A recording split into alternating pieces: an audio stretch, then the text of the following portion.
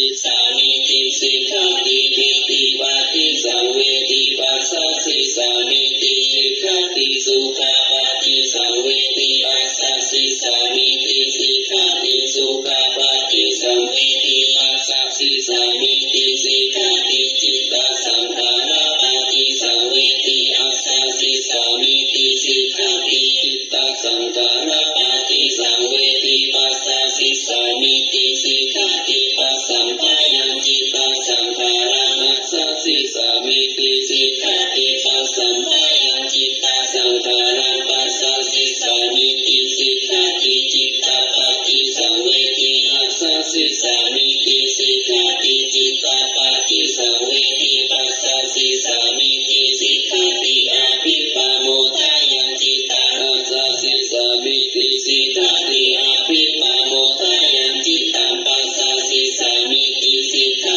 ติสัมมาทาจิตตังอัสสะสิสามิติสิกขาติสัมมาทาจิตตังปัสสะสิสามิติสิกขาติวิโมทายังจิตตังอัสสะสิสามิติสิกขาติวิโมทายังจิตตังปัสสะสิสามิติสิกขาติอนิจจานุปัสสิอัสสะสิสามิติสิกขาติอนิจจานุปัสสิปัสสะสิสามิติสิกขาติวิราคานุปัสสิอัสสะสิสามิติสิกขาติวิราคานุปัสสิปัสสะสิสามิติสิกขาตินิโรธานุปัสสิอัสสะสิสามิติสิกขาตินิโรธานุปัสสิปัสสะสิสามิติสิกขาติปฏินิสสกานุปัสสิอัสสะสิสามิติสิกขาติปฏินิสสกานุปัสสิปัสสะสิสามิติสิกขาติอายังอุจจตานันทาอานาปานสติพุทธานุสติเมตตัญจาสุขามาราลสติธรรมจัตุรารักขาภิกขุภาวยศิลาวานันตาวิสาระคุณังพุทธโตนุสารามุนิภาวยพุทธิมาภิกขุพุทธานุสติมาภิโตสาวาสานิกิริเสโสเอกุสัพเพนิชาติยะอาหุสุสุตาสันตโนภูชานังจัสสะการะโหสัพพะกาลกะเตธัมเมสัพเพสัมมาสายังมุนิสัพพะกาเลนะปุจิตวะเอกุสัพพัญญุตังทัตโตวิปัสสนาทิวิสังหิสีลาภิจารณิมิตาสุสามิเต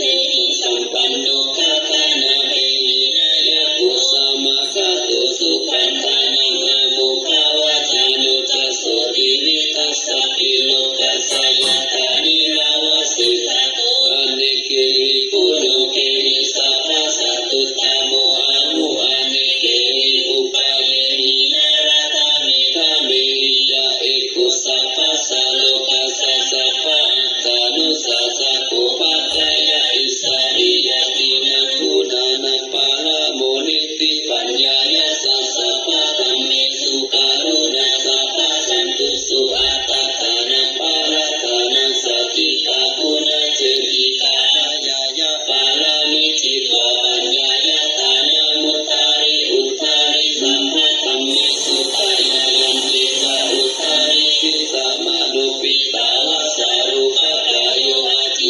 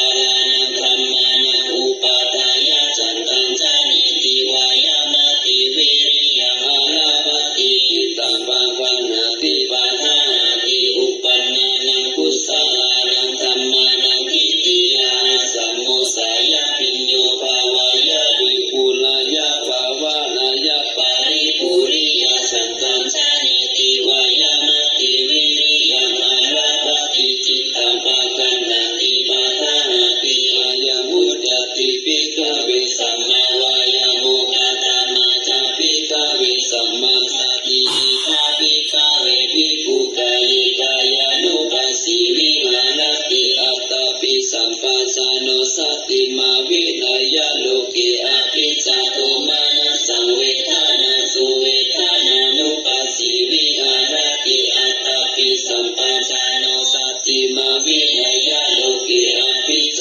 โตมานะสังจิตเตจิตตานุปัสสิวิหารติอัตตปิสัมปัสสโนสติมาวินัยโลเกอภิจจโตมานะสังกัมเมสุตัมมานุปัสสิวิหารติอัตตปิสัมปัสสโนสติมาวินัยโลเกอภิจจโตมานะสังอายังวุจติภิกขเวสัมมาสติกตโมจภิกขเวสัมมาสมาธิอิตาภิกขเวภิกขุวิริเจวะธัมเมหิ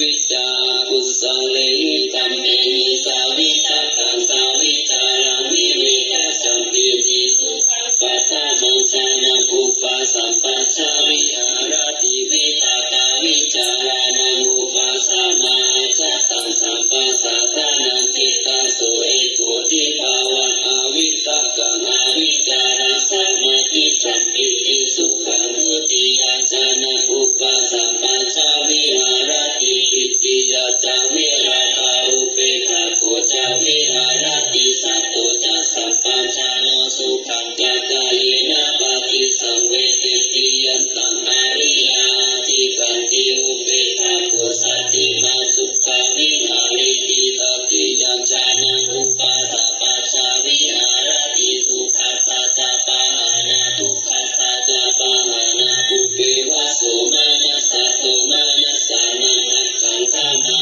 ทุกขานะสุขังอุเปกขาสัมภิหาริตุติจาภุตังจานังอุปาสัมปัชฌาวิหารติอายังมุจติภิกขเวสัมมาสมาธิ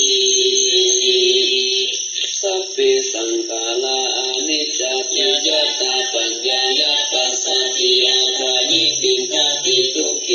สามะโควิสุทธิยาสัพเพสังขาราทุกขติยัตตาปัญญายปัสสติอาคานิปินทติทุกเข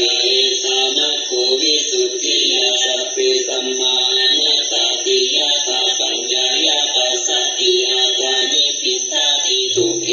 สามะโควิสุทธิยาภะกะเตมานุเสสุเยสนะปาระกามิโนอัตตายานิตาลปัจจติระเมวะนุตตวะอิจักขุสัมมาทัคคะติลัมเมธัมมานุวัตติโลเกสนะปาระมิจติมัจจุเตยัสสุสุตตังปันนังธัมมานิพพายะสุขภาเวทาปันติโตกาโนกามะธัมมาวิเวเกยะตตุระมันตตราภิรตินิสัยยะวิตวะกาเมอากิตตานุปาริโยทาปายะอัตตานังจิตตเลเสหิปันติโตเยสันสัมโพธิยังเกสุสัมมาจิตตสุภาวิตังอาทานาปาติลิตเกอนุปาทายะเยตัสสะทินาสาวัตถุติมันโตเตโลเกปาเนนิพุตตาติอาทิตังนันวาคามายานะปาติกังเขอานาคาตังยะตติตังปายินะตังอาปัตตันตาอนาคาตังปันนัญจ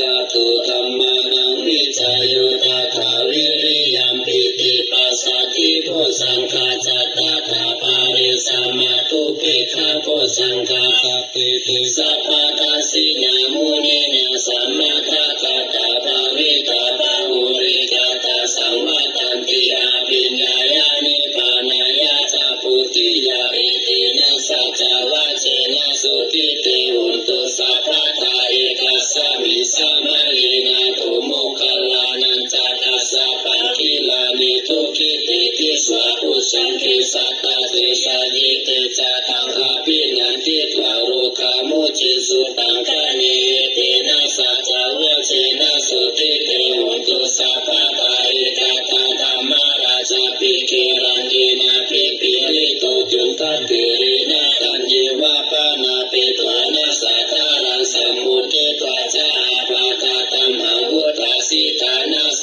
เอเตนะสัจจวะเจนะสุติเตหุนตุสัพพะทาปะหินาเตจาปะตาเทนังนัมปิมายิสินัมมะคะหะตะกิเลสาวะปัตตานุปัตติตัมมันตังเอเตนะสัจจวะเจนะสุติเตหุนตุสัพพะทาโพสังฆาภาริตังนิติปังสัพพะโรกาวินิมุตตุสัพพะสันตาภาวะติโตสัพพะเวทามติกันโตนิพุตโตนาวิภาวะสัพพิติโยวิวัตตุสัพพะโลกวินัสตุมาเตภาวะวันตารายสุขิติกายุโกภาวะอภิวาทานาสีริสานิจาอุตตะปัจจายิโนจัตตารโอธัมมาวัฏฏันติอายุวันโนสุขังภาลังศรัทธาญาติโยมสาธุชนท่านผู้ฟังทั้งหลายต่อไปจะเป็นการแผ่เมตตาเนื้อสัพเพ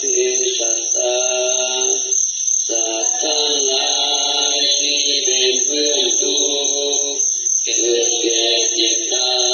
ยด้วยกันทั้งหมดทั้งสิ้นเวลาโหตุจงเป็นสุขเถิดอย่าได้มีเวรซึ่งกันและกันเลยอาภายาปัชชาโหตุจงเป็นสุขเถิดอย่าได้มีความพยาบาทเบียดเบียนซึ่งกันและกันเลยอาทิคาโหตุจงเป็นสุขเถิดอย่าได้มีความภาคแค้นกายภาคแค้นใจเลยสุขีอัตตานังปาริหารันตุจงมีความสุขกายสุขใจรักษาตนไม่พ้นจากทุกข์ภัยทั้งหมดทั้งสิ้นเถิดมาเมฆาจันตุจงอย่าพลาดพลาดลาตาสัมปติโตจากสมบัติที่ตนได้แล้วเลยสัพเพสัตตาสัตว์ทั้งหลายที่เป็นเพื่อนทุกข์เกิดแก่เจ็บตายด้วยกันทั้งหมดทั้งสิ้นการมาสัตตาเป็นผู้มีกรรมเป็นของตนการมาทายาทาเป็นผู้มีกรรมเป็นทายาทการมาโยนีเป็นผู้มีกรรมเป็นกำเนิดการมาตันทุเป็นผู้มีกรรมเป็นเผ่าพันธุ์การมาปฏิสารนาเป็นผู้มีกรรมเป็นที่พึ่งยังกรรมังกาลิสันติจักกระทำกรรมใดไว้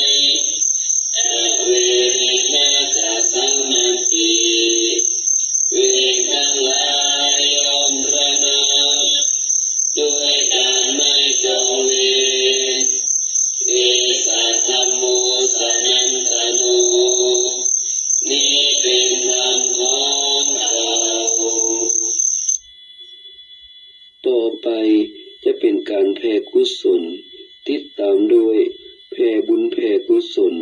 หยาดน้ำแบบฉบับพื้นเมืองเนื้ออิทังเมอิทังเมมาตาปิตุนังโหตุมาตาปิตุนังโหตุสุขิตาโหตุ สุขิตาโหตุมาตาปิตโรมาตาปิตโรขอส่วนบุญนี้ขอส่วนบุญนี้จงสำเร็จจงสำเร็จแก่มารดาบิดาแก่มารดาบิดาของข้าพเจ้าของข้าพเจ้าขอให้มารดาบิดาขอให้มารดาบิดาของข้าพเจ้าของข้าพเจ้าจงมีความสุขจงมีความสุขอิทังเมอิทังเมยาตินังโหตุ ยาตินังโหตุสุขิตาโหตุ สุขิตาโหตุ ยาตะโยยาตโยขอส่วนบุญนี้ขอส่วนบุญนี้จงสำเร็จจงสำเร็จแก่ญาติทั้งหลาย แก่ญาติทั้งหลายข้าพเจ้าของข้าพเจ้าขอให้ญาติทั้งหลายขอให้ญาติทั้งหลายของข้าพเจ้าของข้าพเจ้าจงมีความสุขจงมีความสุขอิทังเมอิทังเมผู้รูปัชฌาผู้รูปัชฌายาจริยานังยาจาริยานังโหตุ โหตุ สุขิตาโหตุ สุขิตาโหตุผู้รูปัชฌาปัชฌาย าจริยายาจาริยาขอส่วนบุญนี้ขอส่วนบุญนี้สำเร็จจงสำเร็จครูประชาอาจารย์แก่ครูประชาอาจารย์ของข้าพเจ้าของข้าพเจ้าขอให้ครูประชาอาจารย์ขอให้ครูประชาอาจารย์ของข้าพเจ้าของข้าพเจ้าจงมีความสุขจงมีความสุขอิทังสัพพะเทวตานังสัพพะเทวตานังโหตุสุขิตาโหตุ สุขิตาโหตุ สัพเพเทวาสัพเพเทวาขอส่วนบุญนี้ขอส่วนบุญนี้จงสำเร็จจงสำเร็จแก่เทวดาแก่เทวดาทั้งหลายทั้งปวงทั้งหลายทั้งปวงขอให้เทวดาขอให้เทวดาทั้งหลายทั้งปวงทั้งหลายทั้งปวงจงมีความสุขจงมีความสุขอิทังสัพพะเปตานังสัพพะเปตานังโหตุสุขิตาโหตุ สุขิตาโหตุ สัพเพเปตาสัพเพเปตาขอส่วนบุญนี้ขอส่วนบุญนี้สำเร็จจงสำเร็จแก่เปรตทั้งหลายทั้งปวงแก่เปรตทั้งหลายทั้งปวงขอให้เปรตทั้งหลายทั้งปวงขอให้เปรตทั้งหลายทั้งปวงจงมีความสุขจงมีความสุขอิทังสัพพะเวรีนังสัพพะเวรีนังโหตุสุขิตาโหตุ สุขิตาโหตุ สัพเพเวรีสัพเพเวรีขอส่วนบุญนี้ขอส่วนบุญนี้จงสำเร็จจงสำเร็จแก่เจ้ากรรมนายเวรแก่เจ้ากรรมนายเวรทั้งหลายทั้งปวงทั้งหลายทั้งปวงขอให้เจ้ากรรมนายเวรขอให้เจ้ากรรมนายเวรทั้งหลายทั้งปวงทั้งหลายทั้งปวงจงมีความสุขจงมีความสุขอิทังสัพพะสัตตานังสัพพะสัตตานังโหตุสุขิตาโหตุ สุขิตาโหตุ สัพเพสัตตาสัพเพสัตตาขอส่วนบุญนี้ขอส่วนบุญนี้จงสำเร็จจงสำเร็จแก่สัตว์ทั้งหลายทั้งปวงแก่สัตว์ทั้งหลายทั้งปวงขอให้สัตว์ทั้งหลายทั้งปวงขอให้สัตว์ทั้งหลายทั้งปวงจงมีความสุขจงมีความสุขทั่วหน้ากันเถิดทั่วหน้ากันเถิดยังกินจิกุสาลังกัตตาปังกามาสัพเพหิกาเตหิกาตังปุญญังโนอนุโมทันตุสุนันตุ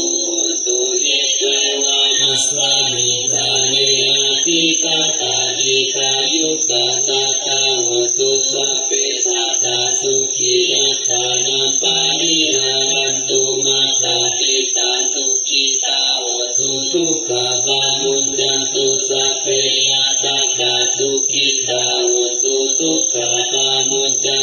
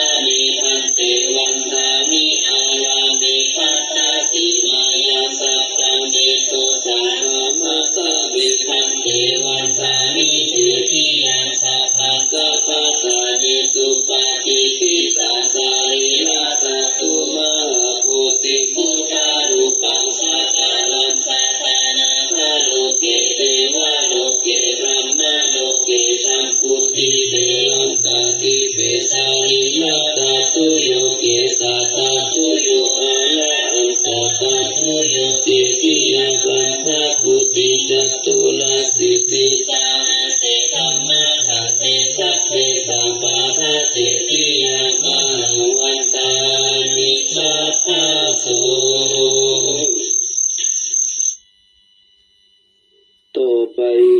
จะเป็นการสักการะบูชาพระบรมธาตุดอยสุเทพ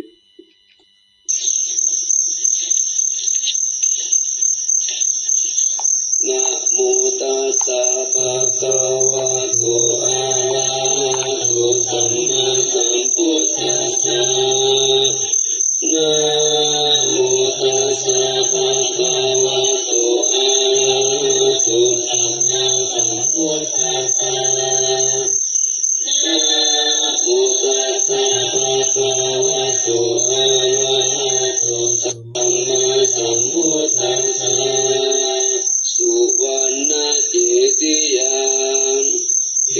สาวะมาตารุงคังวาลัญญาณาตุงสุเทวานามังคังนาราเทเวสัพพะปุสิตาอาวันตามิสัพพะตาปัญญาวาอัตตานิเนวะจันทิมาอิวะทารยังอิตาตังไทยศาสนานิยามิเกติโมฆะปัตตมวารังอาปายานิวาลานังนาลังสักขะโสปานังปัฏฐัมังอุปัชฌังอาหะเหตวาปัฏฐทิวารังยังชาตังสังฆามัจเจพุทธัสสะวะ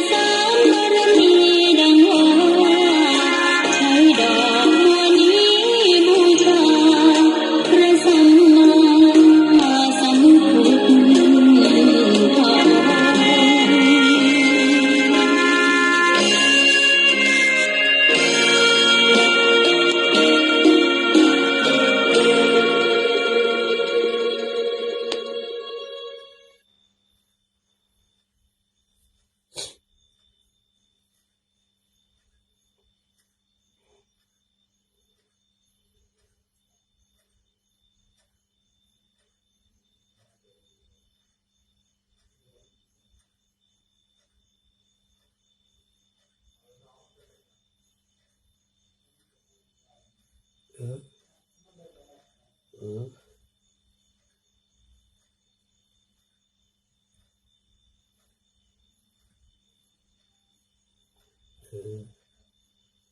เออหมุนล้อมละมันบอกขึ้นล้ออ่ะเดี๋ยวก็เหนื่อยสถานญาติโยมทั้งหลายสักครู่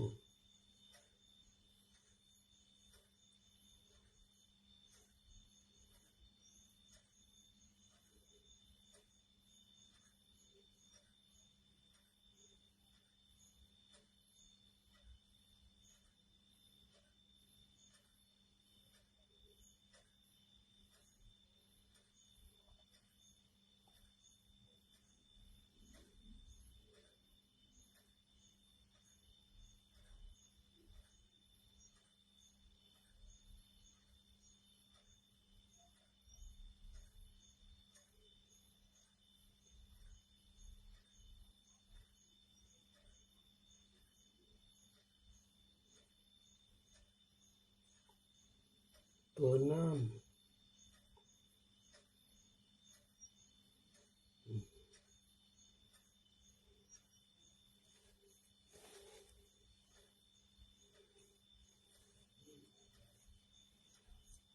เดี๋ยวนี้ก็แล้ว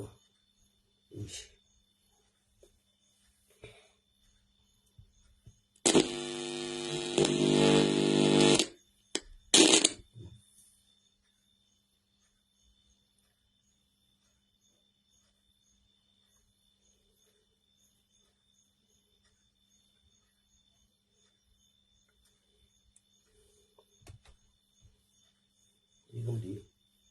ว่ามา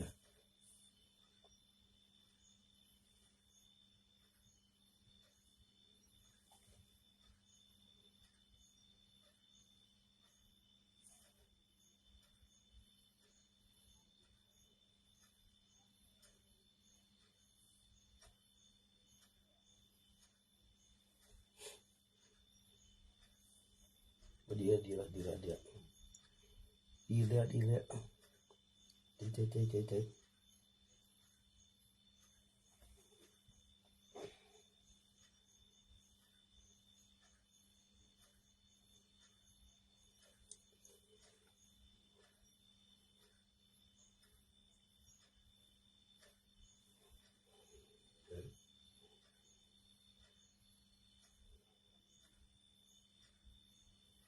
เจ๊แต่ก็ชิดเลย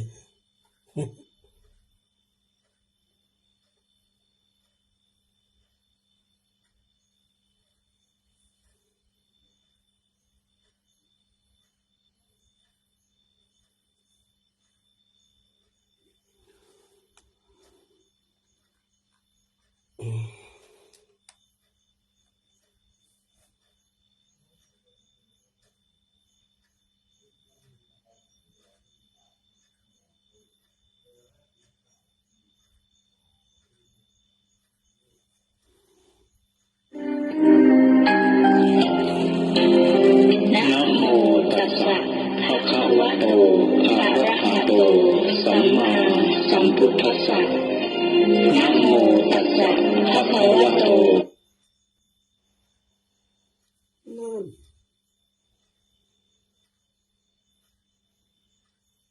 แล้วก็แต่เฉยว่า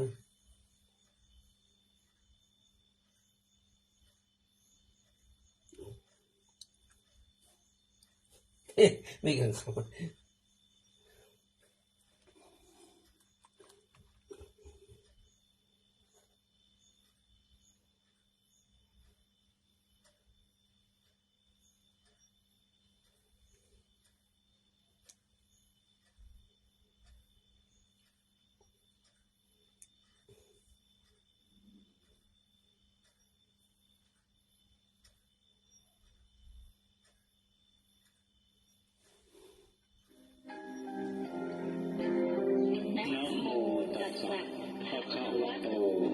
ระหะโต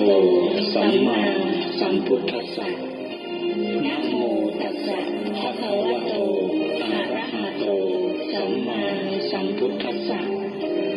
นะโมตัสสะภะคะวะโต มมาสัมพุทธัสสะสุวรรณเจติยังเอสาวระมัทธรุมหังวรัญญธาตุงสุเทวนามะกังนระเทเวหิสัพพปูชิตังอหังวันทามิสัพพทาปัญญาวาอัสมิงเยวะจันทิมา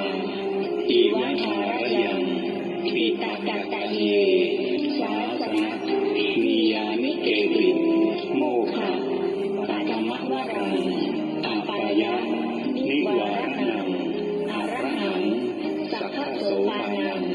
ปัทมังอุปัชชังคาหาเตตวาปัตตชีวรังยังชาตังสังฆมัคเขปุจฉาสวาหะ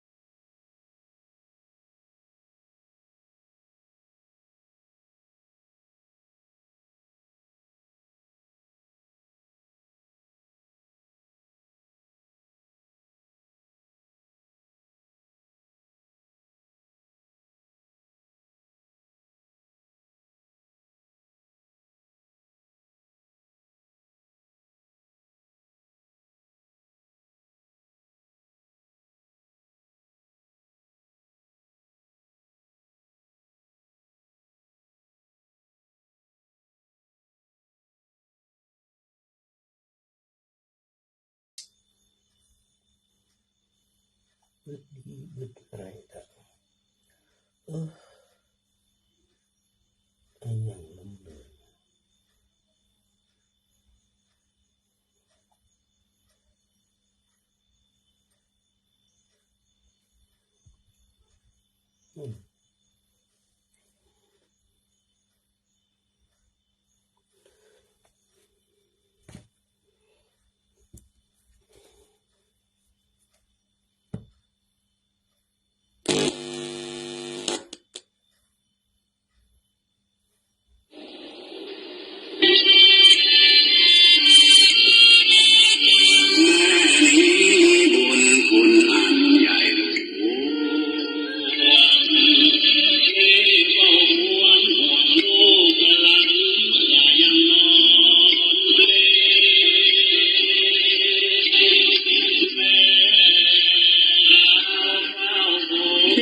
ธิชาติคำพันธ์ขอเชิญชวนพุทธศาสนิกชนเข้าร่วมบวชในคัมมะปฏิบัติวิปัสสนากรรมฐานณวัดพระบรมธาตุดอยสุเทพในวันที่ 11 ถึง 13 สิงหาคมเป็นระยะเวลา 2 วัน 2 คืนเพื่อน้อมถวายเป็นพระราชกุศลแด่สมเด็จพระนางเจ้าสิริกิติ์พระบรมราชินีนาถพระบรมราชชนนีพันปีหลวงเนื่องในวันแม่แห่งชาติประจำปี 2567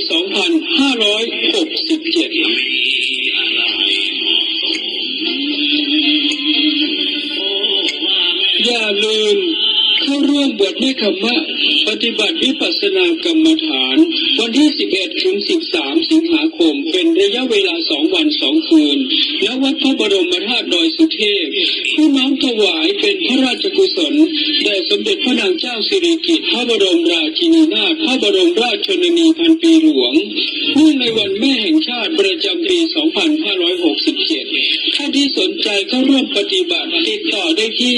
สถานวุฒิชาติคำปันเบอร์โทรศัพท์ 0866713446 ได้ตั้งแต่บัดนี้เป็นต้นไป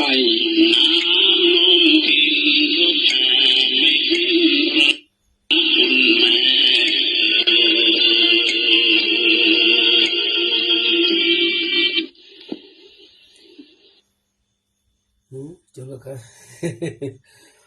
เฮาชาวพุทธอย่าได้หยุดสร้างความดี เริ่มต้นมีการให้ทานรักษาศีล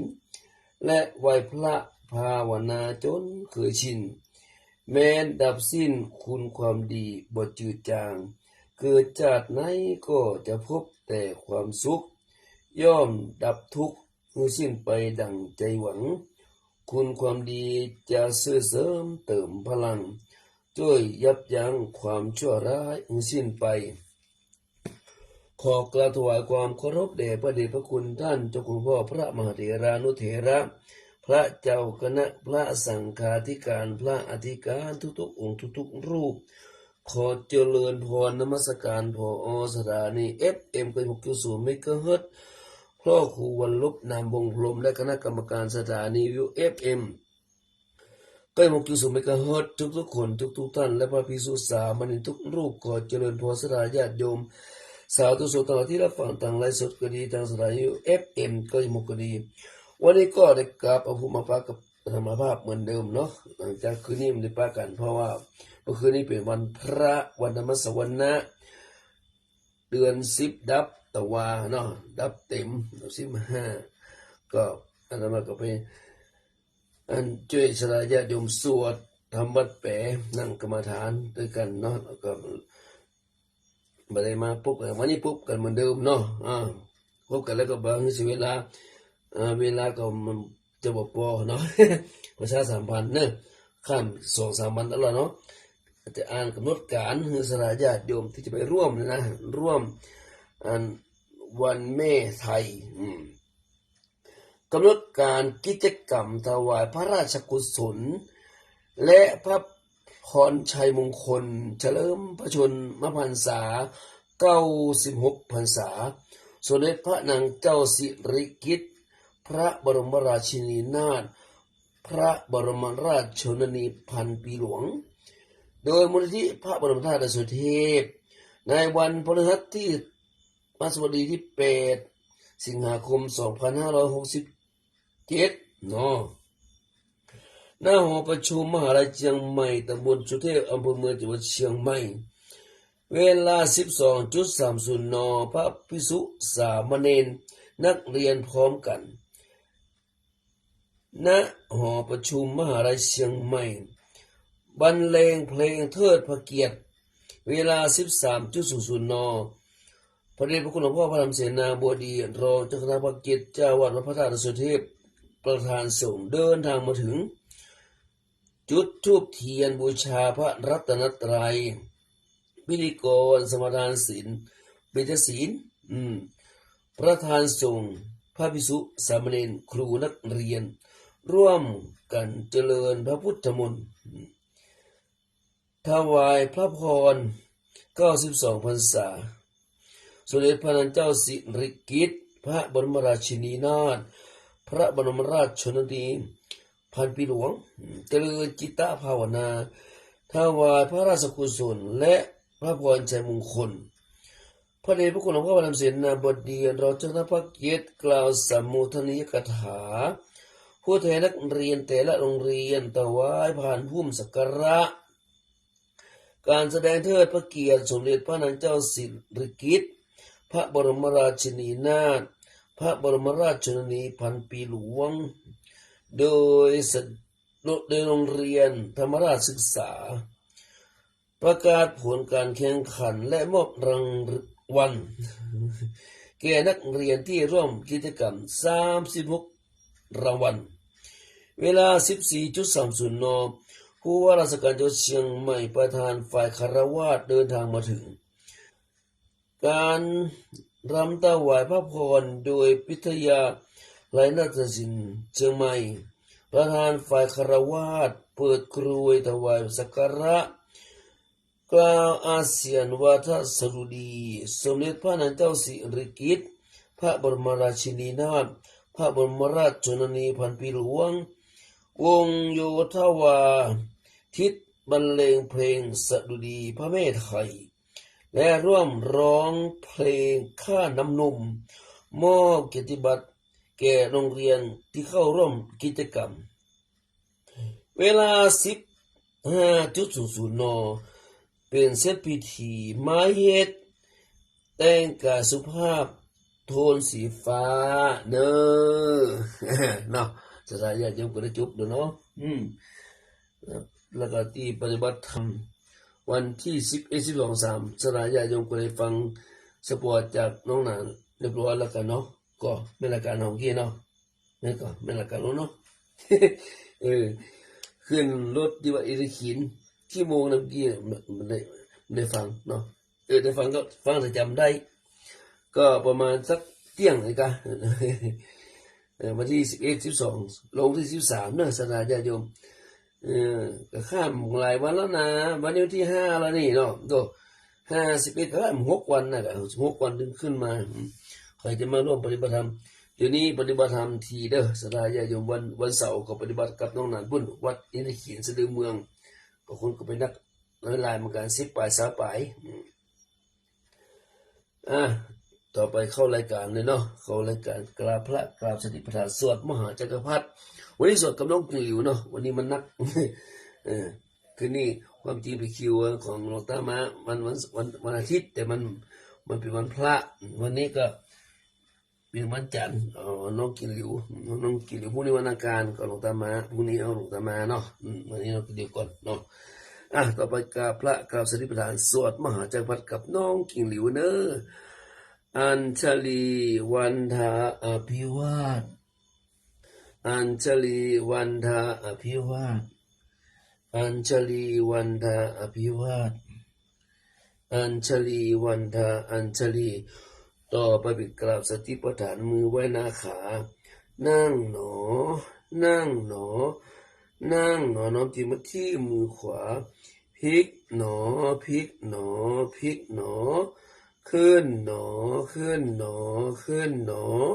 ถูกหนอมือซ้ายพลิกหนอขึ้นหนอถูกหนอขึ้นหนอถูกหนอขึ้นหนอถูกหนอถูกหนอลงหนอถูกหนอก้มหนอมือขวาลงหนอถูกหนอคว่ำหน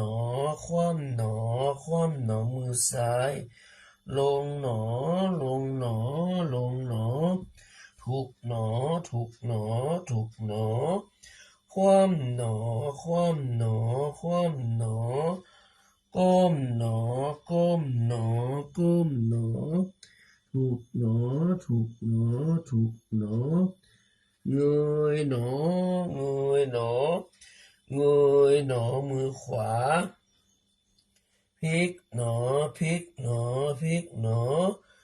ขึ้นหนอขึ้นหนอขึ้นหนอถูกหนอถูกหนอถูกหนอมือซ้ายพลิกหนอพลิกหนอพลิกหนอขึ้นหนอขึ้นหนอขึ้นหนอ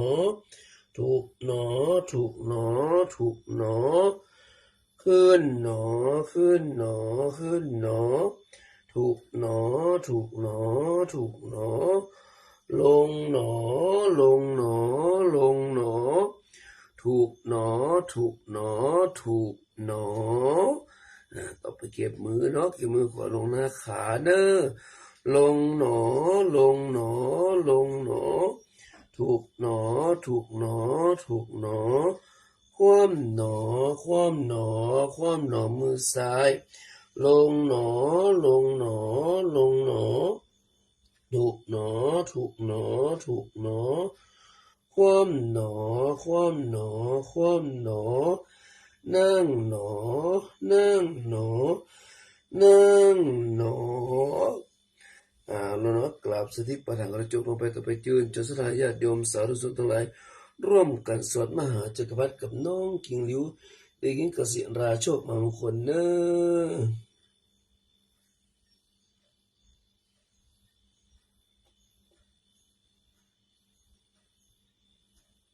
โมตัสสะภะคะวะโตอะระหะโตสัมมาสัมพุทธัสสะนะโมตัสสะภะคะวะโตอะระหะโตสัมมาสัมพุทธัสสะนะโมตัสสะภะคะวะโตอะระหะโตสัมมาสัมพุทธัสสะพุทธังอาราธนานังกโรมิธัมมังอาราธนานังกโรมิสังฆังอาราธนานังกโรมินะโมโพธิสัตโตอาคันติมายะอิติภควานะโมโพธิสัตโตอาคันติมายะอิติภควานะโมโพธิสัตโตอาคันติมายะอิติภควานะโมโพธิสัตโตพรหมปัญโยนะโมโพธิสัตโตพรหมปัญโยนะโมโพธิสัตโตพรหมปัญโยนะโมโพธิสัตโตวิริยะทะโรนะโมโพธิสัตโตวิริยะทะโรนะโมโพธิสัตโตวิริยะทะโรโยโทโสโมหะจิตเตนะพุทธสมิงตาปะกะโตมะยาคมัทเมกตังโทสังสัพพะปาปังวินาสันตุโยโทโสโมหะจิตเตนะธรรมสมิงตาปะกะโตมะยาคมัทเมกตังโทสังสัพพะปาปังวินาสันตุโยโทโสโมหะจิตเตนะสังฆสมิงตาปะกะโตมะยาคมัทเมกตังโทสังสัพพะปาปังวินาสันตุนะโมตัสสะภะคะวะโตอะระหะโตสัมมาสัมพุทธัสสะนะโมตัสสะภะคะวะโตอะระหะโตสัมมาสัมพุทธัสสะนะโมตัสสะภะคะวะโตอะระหะโตสัมมาสัมพุทธัสสะนะโมพุทธายะพระพุทธไตรรัตนญาณมณีนพรัตน์ศีสหัสสะสุธรรมาพุทโธธัมโมสังโฆยะถาพุทโมนะ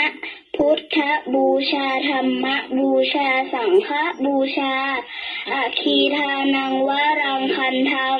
สีวลีจะมหาเถรังอาหังวันทามิทุระโตอะหังวันทามิทาตโยอะหังวันทามิสัพพโสพุทธธรรมสังฆบูเชมินะโมพุทธายะพระพุทธไตรรัตนญาณมณีนพรัตน์ศีสหัสสะสุธรรมาพุทโธธัมโมสังโฆยะถาพุทโมนะพุทธบูชาธรรมบูชาสังฆบูชาอะ คีทานังวรังคันทังสีวลีจมหาเทรังอาหังวันทามิทุระโตอะหังวันทามิทาตุโยอะหังวันทามิสัพพโสพุทธธรรมสังฆปูเชมินะโมพุทธายะพระพุทธไตรรัตนญาณมานีนพรัตน์ศรีสหัสสะสุธรรมาพุทโธธัมโมสังโฆ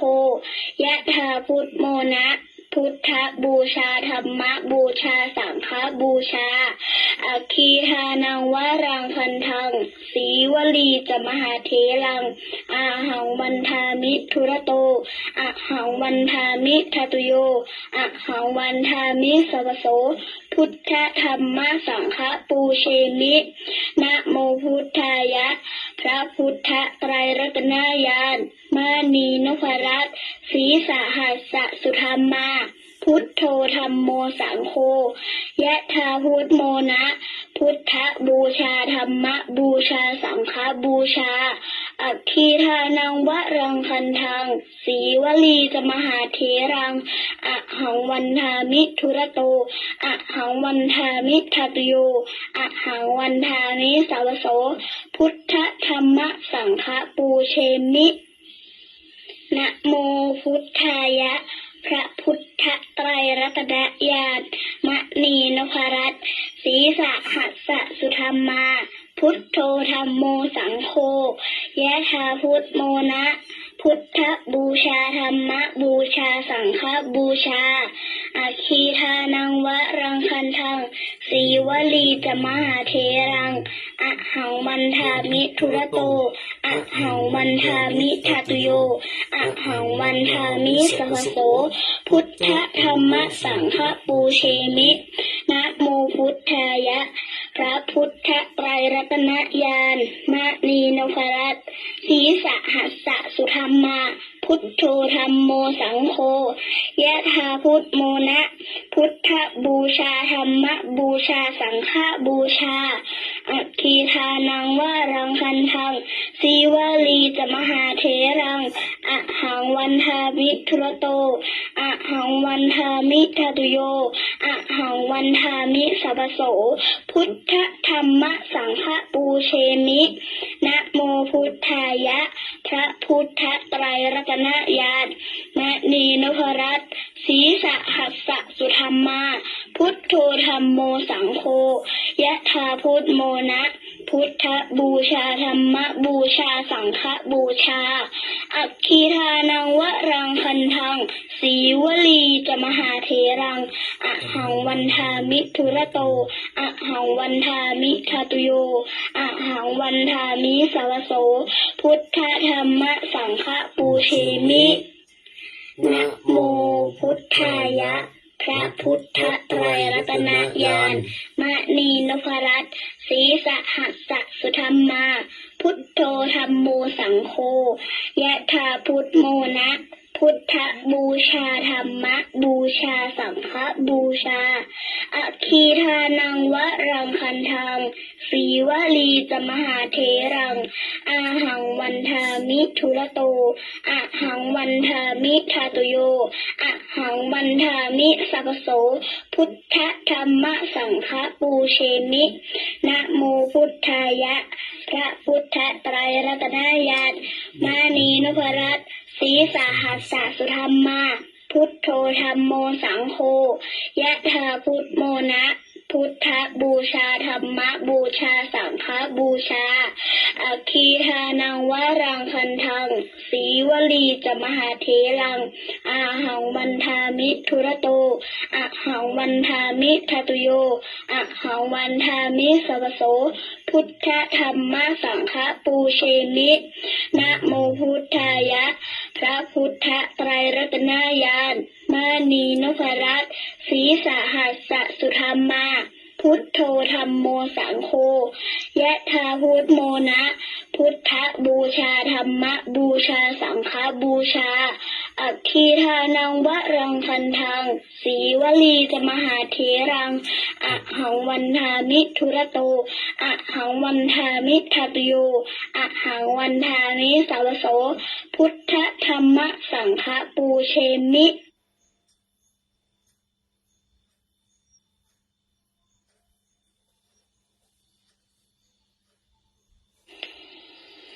สัพเพพุทธาสัพเพธัมมาสัพเพสังฆาพระรัตปตาปัจเจกานันจะยังพลังอรหันตานัน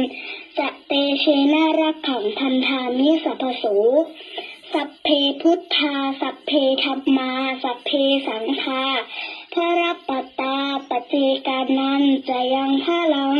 อรหันตานันจะเตเชนะรักขังพันธามิสัพพโสสัพเพพุทธาสัพเพธัมมาสัพเพสังฆาพระรัตปตาปัจเจกานันจะยังพลังอรหันตานันจะเตเชนะรักขังพันธามิสัพพโสสัพเพพุทธาสัพเพธัมมาสัพเพสังฆาพระรัตปตาปัจเจกานันจะยังพลังอรหันตานันจะเตเชนะรักขังพันธามิสัพพโสสัพเพพุทธาสัพเพธัมมาสัพเพสังฆาพระรัตปตาปัจเจกานันจะยังพลังอรหันตานันจะเตเชนะรักขังพันธามิสัพพโสพุทธังอธิฐามิธัมมังอธิฐามิสังฆังอธิฐามินักศึกษาญาติโยมอธิษฐานไว้ก่อนเนื้อเราสวดกับน้องปลิวไป10 จบด้วยกันเนาะเหลือไว้5เนาะจบรายการแล้วก็สวดต่อมา5 จบเนาะแล้วก็อธิษฐานต่อแฮมอันนี้อธิษฐานไว้ก่อนเนื้อ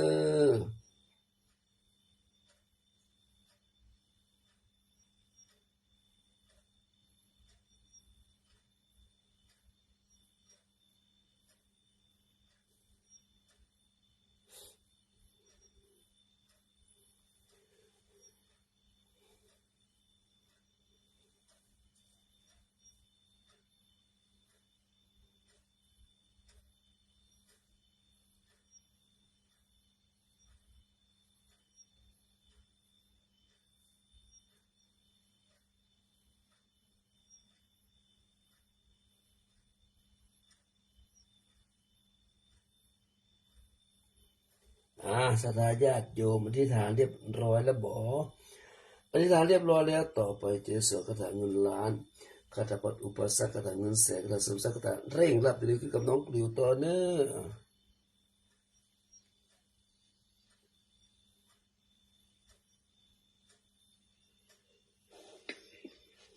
นะโมตัสสะภะคะวะโต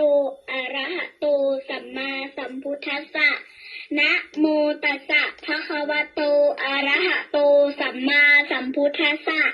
นะโมตัสสะภะคะวะโตอะระหะโตสัมมาสัมพุทธัสสะ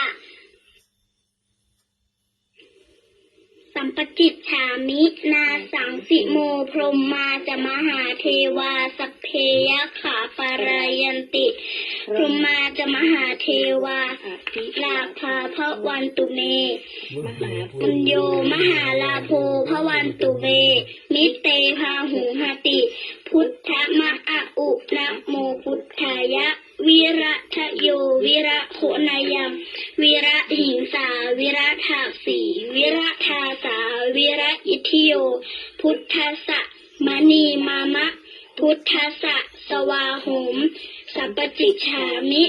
เพลงเพลงพาพาหาหารือสัมปจิตฉามินาสังสิโมพรหมมาจะมหาเทวาสัพเพยะขาปารายันติพรหมมาจะมหาเทวาอภิลาภาภวันตุเมมหาปุญโยมหาลาโภภวันตุเมมิเตภาหุหติพุทธมะอะอุนะโมพุทธายะวิรัตโยวิระโคนายังวิระหิงสาวิระทาสีวิระทาสาวิระอิทิโยพุทธัสสะมานีมามะพุทธัสสะสวาหุมสัมปติฉามิเพ่งเพ่งพาพาหาหารือสัมปจิตฉามินาสังสิโมพรหมมาจะมหาเทวาสัพเพยะขาปารายันติพรหมมาจะมหาเทวาลาภาภวันตุเมปุญโยมหาลาโภภวันตุเวนิเตภาหุหติพุทธมะอะอุนะโมพุทธายะ วิระทะโยวิระโคนายังวิระหิงสาวิระทาสีวิระทาสาวิระอิทิโย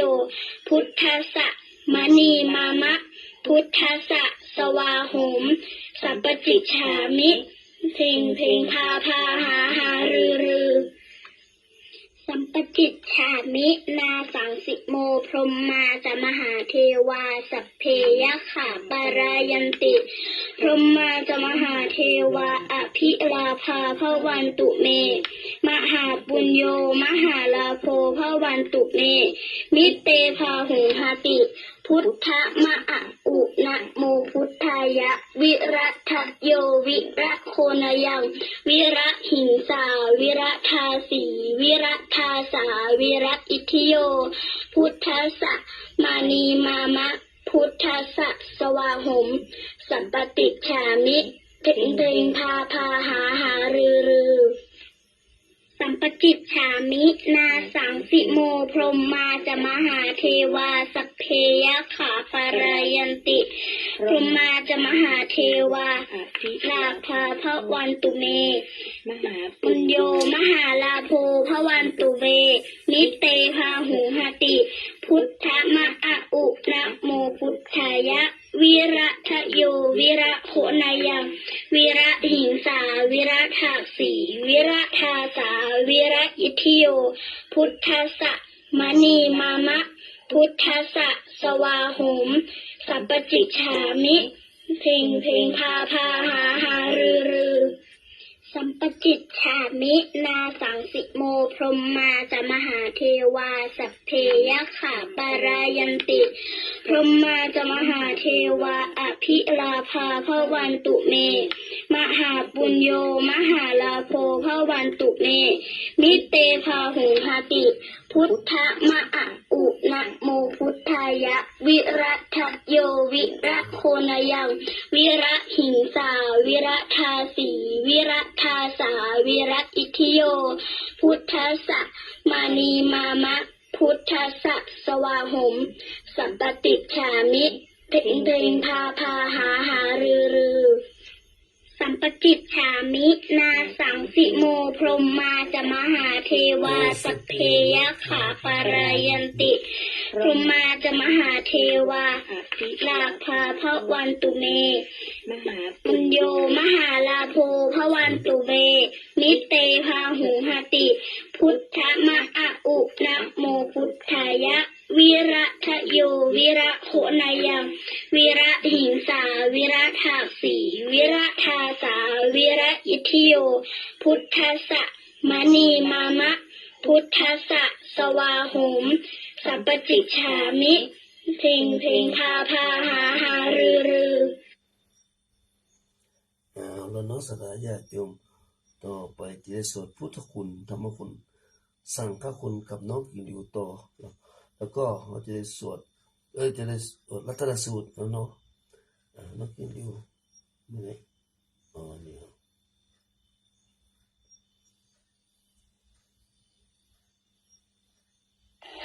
อิติปิโสภควาอะระหังสัมมาสัมพุทโธวิชาจารณะสัมปันโนสุขโตโลกาวิทู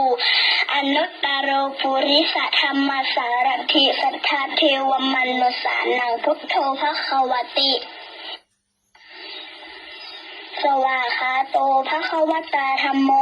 สันทิฏฐิโกอากาลิโกเอหิปัสสิโกโอปนัยิโกปัจจัตตังเวทิตโพวินโยเหติสุปฏิปันโนภควโตสาวกสังโฆอุชุปฏิปันโนภควโตสาวกสังโฆยายะปฏิปันโนภควโตสาวกสังโฆสามีจิปฏิปันโนภควโตสาวกสังโฆญาติทังจัตตาริปุริสายุคานิอัฏฐปุริสปุคลาเอสะภควโตสาวกสังโฆอาหุนโยปาหุนโยทักขินโยอันเคริการณิโยอนุตตรังปุญญาเขตังโลกัสสาติเนาะต่อไปรัตนสูตรเนรัตนสูตร รัตนสูตรเป็นพระสูตรที่พระพุทธเจ้าทรงมอบให้พระอานนท์นำสวดเพื่อโปรดชาวเมืองเวสาลีให้รอดพ้นจากโรคระบาดความอดอยากและพยันตรายทั้งปวงที่รุมเร้าเมืองแห่งนี้และเพื่อยังให้ชาวเมืองทั้งหลายได้มีดวงตาเห็นธรรมนะโมตัสสะภะคะวะโตอะระหะโตสัมมาสัมพุทธัสสะนะโมตัสสะภะคะวะโตอะระหะโตสัมมาสัมพุท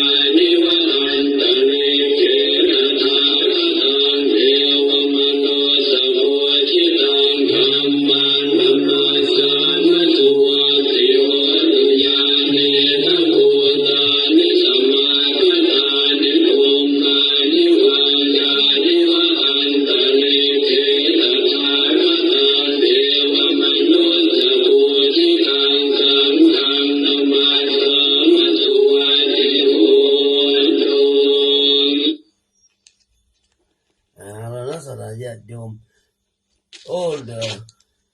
30 นาที 44ต่อไปจะสวดคาถานี่ก่อนเนาะสวดคาถา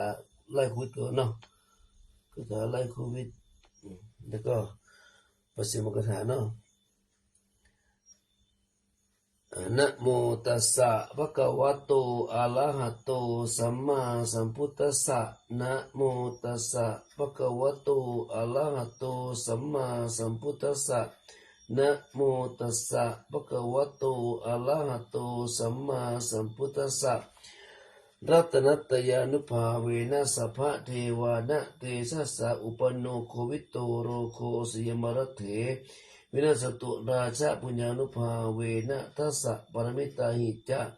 อาโรคิยะสุขันติวะสตาสุติภวันตุเตรัตนัตยานุภาเวนะสัพพะเทวานะเตชะสะ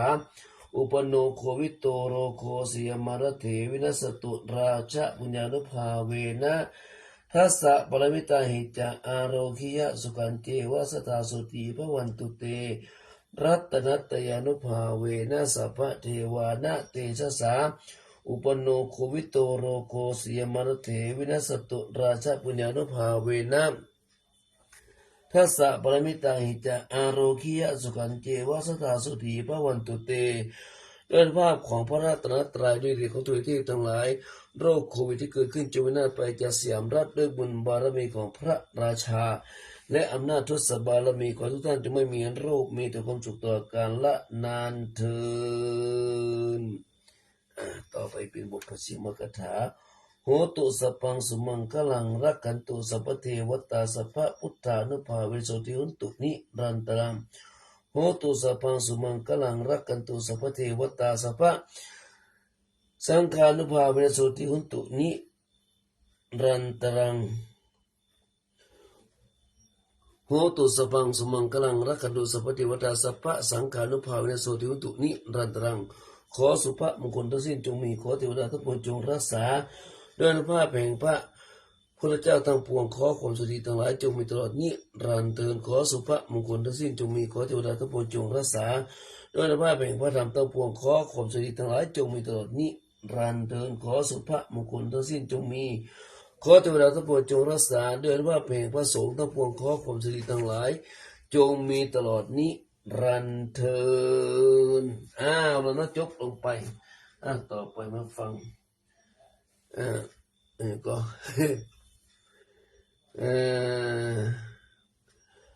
ตามรอยพระศาสดารอยทางรอยธรรมนำชีวิตเนาะไม่ไหนล่ะไปทำไม่ไหนตั้งเด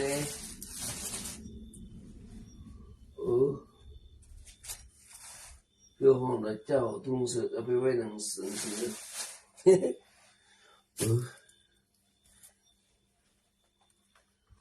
ไม่อยาก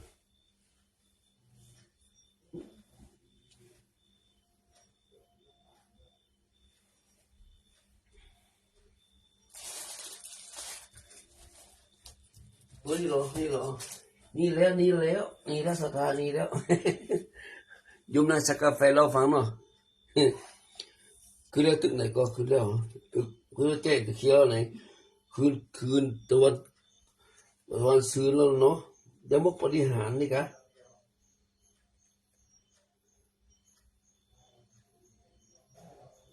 ไม่ละเพนเดือนเปดวันกำหนดแสดงปฏิหารจำได้ละตรงนี้เพนเดือนเปดวันกำหนดแสดงปฏิหารรุ่งเจ้าพระพุทธเจ้ากับพระอานนท์เสด็จเข้าไปบิณฑบาตในเมืองสาวัตถีพบนายอุทยานหลวงชื่อคันนำมะม่วงผลหนึ่งผลใหญ่สุกงอมหอมเหลืองน่ารับประทานนำไปถวายพระราชานายคันหันพระพุทธเจ้าแต่ไกลจึงคิดว่าถ้าเราจะนำเอาผลมะม่วงเนี้ยไปถวายพระราชาจะได้รางวัลเท่าไหร่บทเท่าไหร่ แต่ถ้าถวายพระพุทธเจ้านี่ก็จะได้บุญนักหนาปาปานชั่วกับชั่วการชั่วกาลนานนายคันจึงนำบุญมะม่วงงามเข้าถวายพระพุทธเจ้าพระพุทธเจ้าทรงรับแล้วทำท่าจะนั่งลงพระอานนท์จึงเปลื้องจีวรปงปูราชถวายเป็นพุทธอาฏและช่วยพระพุทธเจ้าจัดทำน้ำอัมพปนะมะม่วงคั้นเอาน้ำถวายพระพุทธเจ้าเสวยอัมพปนะแล้วสั่งนายคันผู้ซึ่งยังคงนั่งอยู่ณที่ใกล้ๆนั้นคุยดินนำมะม่วงนำเม็ดมะม่วงเพาะลงในที่นั้นเองนายคันทำตามพระพุทธประสงค์และพระพุทธเจ้าล้างมือหรือล้างพระหัตถ์รดน้ำลงที่เมล็ดมะม่วงทันใดมะม่วงก็งอกเป็นต้นขึ้นโดยฉับพลันสูงขึ้นประมาณ50 ศอกมีกิ่งก้านสาขาแยกออกเป็น4 ทิศรับกิ่งยอดที่ตั้งตรงขึ้นไปเป็น5 กิ่งด้วยกันเกิดจ้อเกิดผลสุกตกหล่นลงมาอย่างพื้นดินเป็นอนักผลมีรสหวานหอมโอ้ลำเตะลำมาฝากกันได้กินนะพระราชาปฏิบัติเสนที่กุศลทรงหูพฤติการเหตุนี้จึงแสดงจึงเสด็จมาทอดพระเนตรมาพอหันกับตาหันต้นมะม่วงใหญ่เป็นที่อัศจรรย์ก็ทรงจัด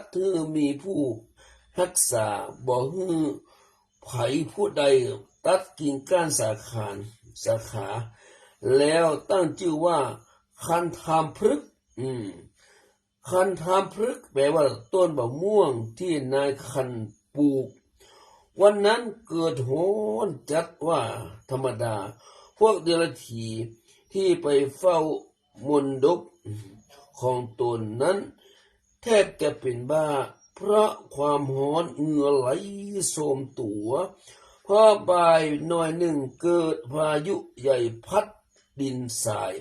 ฝุ่นละอองตลบอบอวนไปหมดมนดบของพวกเดรัจฉีก็ทำขึ้นใหม่แต่ข้างแบบบางนั้นถูกลมพัดหักสะบัดสะบอมปลิวว่อนกระจายไปหมดคุมกันบ่ติดเนื้อตัวพวกเลยถีดำมอมแมมด้วยดินด้วยฝุ่นพอเหมือนคนออกจากกองคานจะนั่นแหละแล้วฝนเม็ดใหญ่อย่างที่ฮ้องกันว่าฝนไล่จ้างก็ตกลงมาพวกเดรัจฉีเลยมีร่างลายพลอยเหมือนโคด่างต่างหนีออกจากสาวัตถีบ่สู้หน้าต่อไปยามกปฏิหารพระพุทธเจ้าเสด็จเข้าสู่จตุทัชฌานสมบัติอันเป็นที่ตั้งแห่งอภิญญาแล้วหอบขึ้นสู่อากาศเดินไปเดินมาไปณพื้นเบื้องบนโดยปัทวีกสินบริกรรมแล้วเนรมิตเป็นพระพุทธองค์เสด็จจงกรมพ่องนอนพ่องถามปัญหากันพ่อง บางองค์เอื้อมมือหรือเอื้อมหัดไปลูบพระอาทิตย์พ่องลูบพระจันทร์พ่องด่าเนี่ยปฏิหารพระพุทธเจ้าแล้วทำปฏิหารอาสาธารณฐานคือสนิทที่พระองค์ทำได้สาวกทำบ่ได้โดยเข้าสู่อาโปกสินสมาบัติแล้วออกจากอาโปกสินเข้าสู่เตโชกสิน สมาบัติเกิดเป็นต้อน้ำต่อไฟออกจากพระกายข้างปุ้นห้องข้างเพห้องสลับกันไปแล้วเสด็จนั่งประทับบัลลังก์แก้วอันปรากฏขึ้นเหมือนยอดคันธามพฤกษ์ยอดมะม่วงตะกี้น่ะเนาะโปรดแสดงพระสัทธธรรมเทศนาโดยสมควรแก่อัธยาศัยแต่นั้นครูทั้ง6คณะและพวกเดรัจฉีทั้งปวงลบหนีกันไปบ่อวดแสดงปฏิหารย์แข่งขันกับพระพุทธเจ้าแห่งต่อไปต่อไปปวดพุทธมันดาปวดเมฆแล้วพระพุทธเจ้าปวดพระมันดาแล้วดูจะเสีย4 นาทีหรือ4 นาทีพระพุทธเจ้าทรงดำริต่อไปว่าตามพุทธประเพณีนั้นเมื่อทำยมกปฏิหารแล้วจะไปจำพรรษาหน้าที่ใดทรงพิจารณาโดยอาตีตังสยานหันแจ้งว่า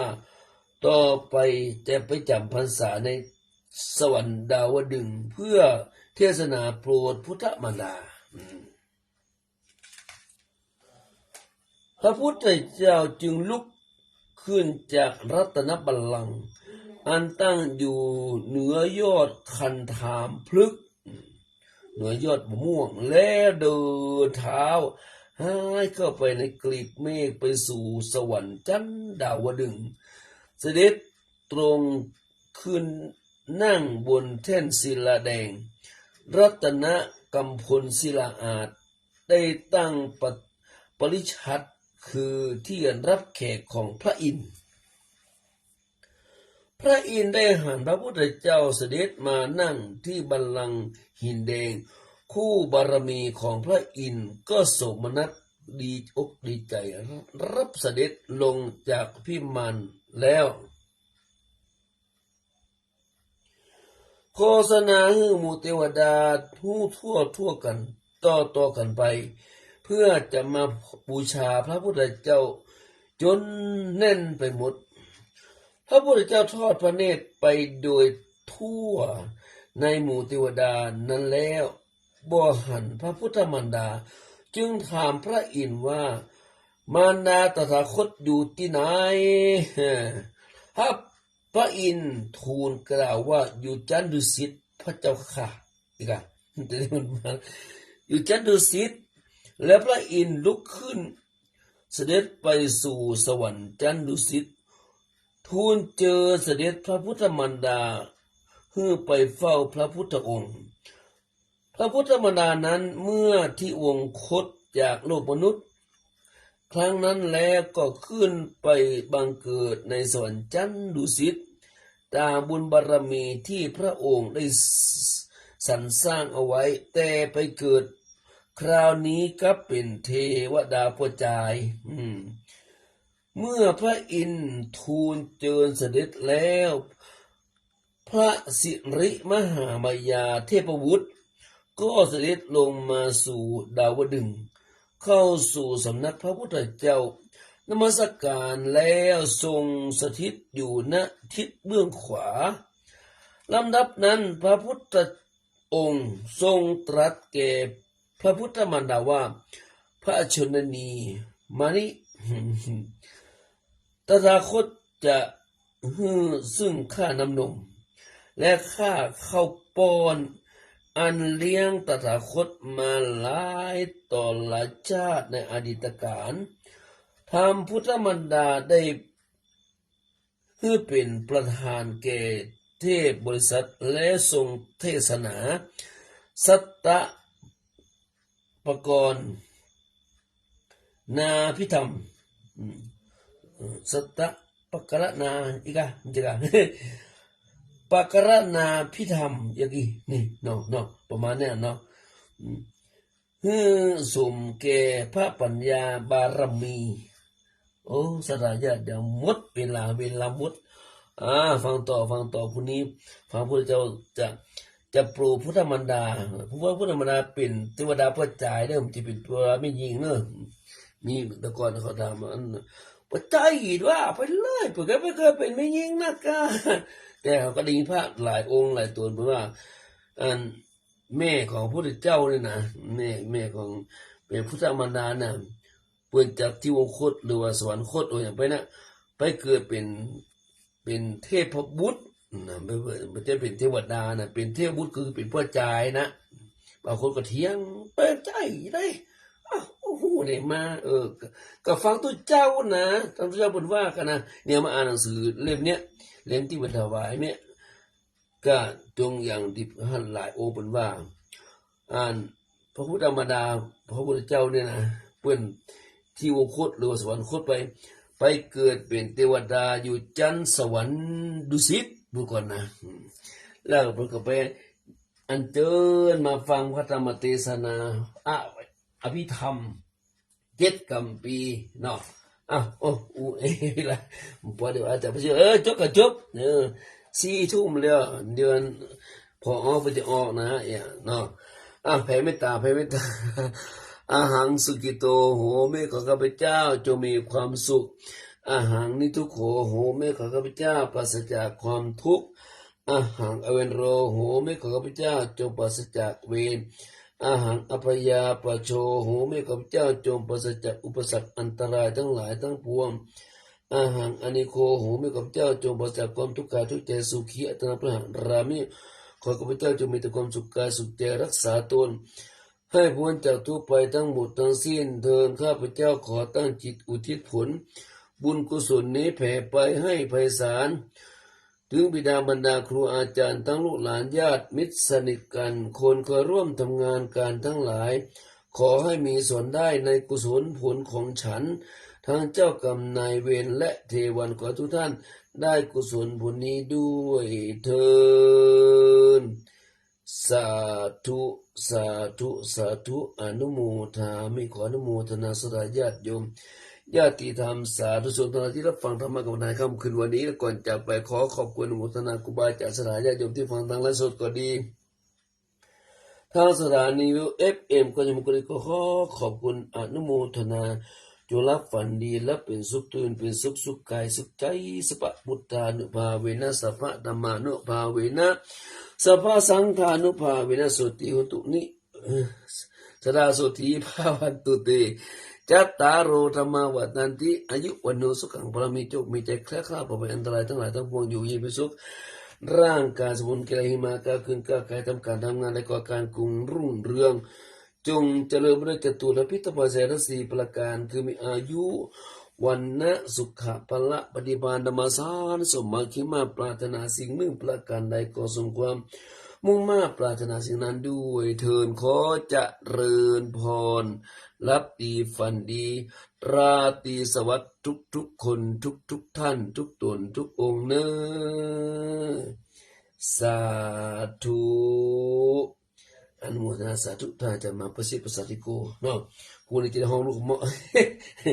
เนี่ยถ้าลูก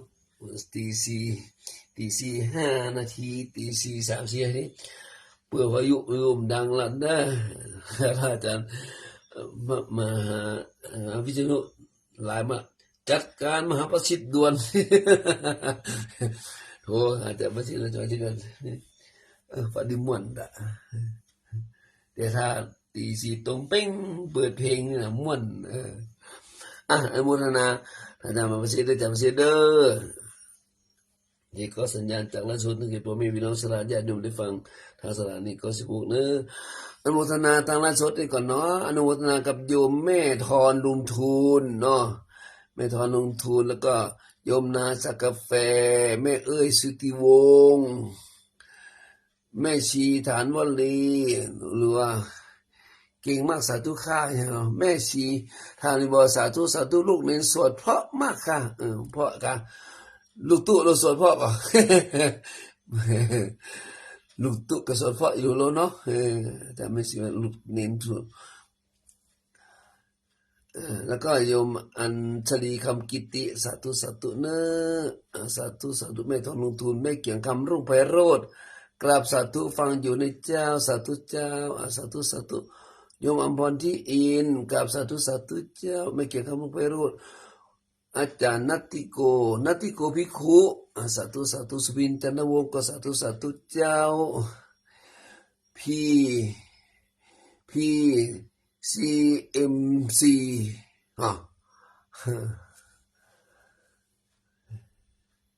CMC แคทอีกอะปูปานโอ้วันนี้มันหลาย